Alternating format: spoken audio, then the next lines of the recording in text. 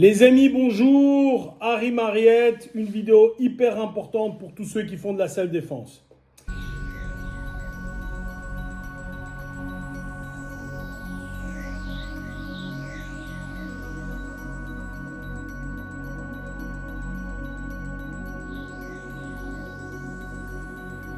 Voilà, 3 clés, 3 tips, 3 choses que tu dois savoir et appliquer si en self-défense tu penses ou tu veux être bon. Absolument. La première chose, je te donne un exemple. J'ai vu une vidéo de 2 gars qui se battaient et en plein milieu de la bagarre, un des 2 protagonistes, sentant que visiblement il n'avait pas le dessus, se retourne et tape le sprint de sa vie.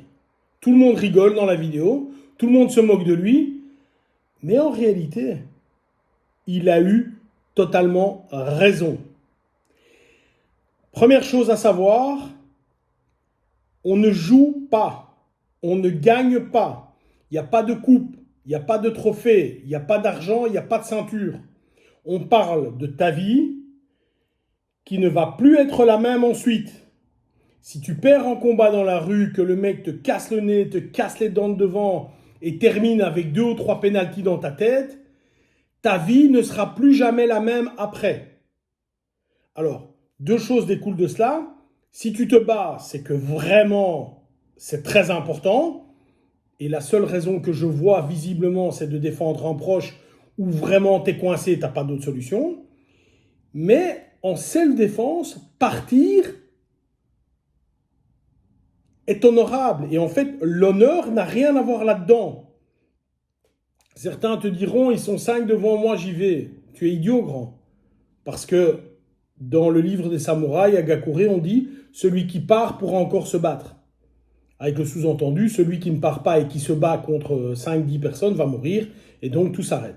Donc, première chose à savoir, et qui est fondamentale, première chose, je peux partir.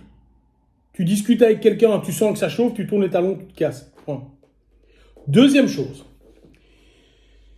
je donne cours à des avancés et des instructeurs uniquement. Je donne plus cours à des débutants. Donc je me retrouve systématiquement avec des gens qui ont déjà un savoir-faire. Techniquement, ils sont en général bons, voire très bons. Certains même excellents.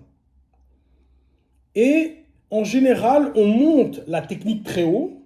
Donc la façon de frapper, l'angle, où mettre sa main, et tout ça c'est très très bien. Bravo, il faut le faire. Pourquoi il faut le faire? Parce que quand tu vieillis, c'est la technique qui va faire la différence. Mais l'agressivité reste fondamentale.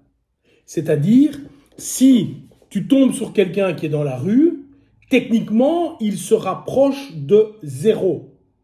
Il n'est pas totalement nul, il a déjà donné des coups de poing et des coups de pied, il s'est déjà battu, mais je te mets au défi de regarder les vidéos street beef où tu vois des gens normaux se battre.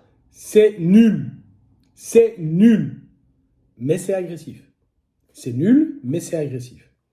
Donc, si tu pratiques la self-défense et que tu omets l'onglet agressivité, tu passes à côté de quelque chose de fondamental. Oui, tu es technique. Oui, tu sais défendre comme ceci, comme... Oui, mais copain, là, il faut mettre du pili-pili, hein. C'est-à-dire que si tu touches, il ne faut pas que le gars fasse comme ça et te dise « Mais non, moi, je vais te frapper ». Si tu touches, il faut que le gars se mouche de l'autre côté. C'est ça qu'il faut faire. Il faut être un lion avec un loup et non pas un petit chiot. Donc, la technique, c'est super, mais il faut que ton niveau d'agressivité soit en lien. Troisième chose,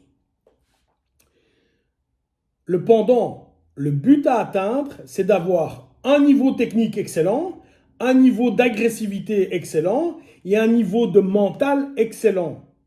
Je m'explique.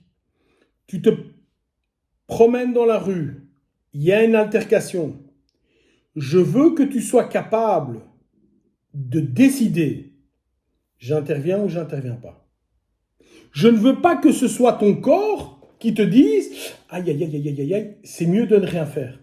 Pourquoi c'est mieux? Parce qu'il est plus fort, parce qu'il est plus grand? Non, c'est pas ça. Je veux que tu sois dans l'état d'un sniper. Tu es posté sur un toit, Il y a une petite fille qui passe avec des courses, tu la vois dans ta lunette, tu choisis de ne pas tirer. Tu choisis de ne pas tirer. Ensuite, tu vois un terroriste avec une bombe, tu choisis de tirer. C'est ça là où il faut arriver. Il faut que techniquement tu sois bon, que mentalement tu sois bon, et que tu puisses prendre les bonnes décisions, et que agressivement tu sois bon.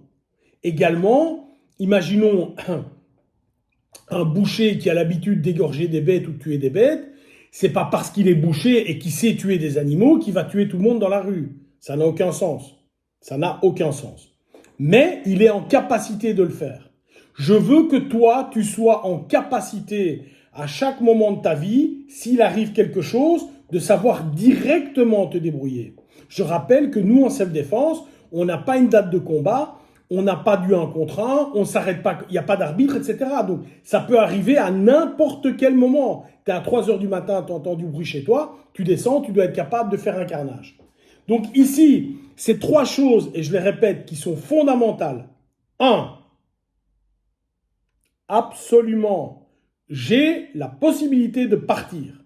Je ne suis pas obligé de mourir dans le combat. 2. Je dois augmenter mon agressivité.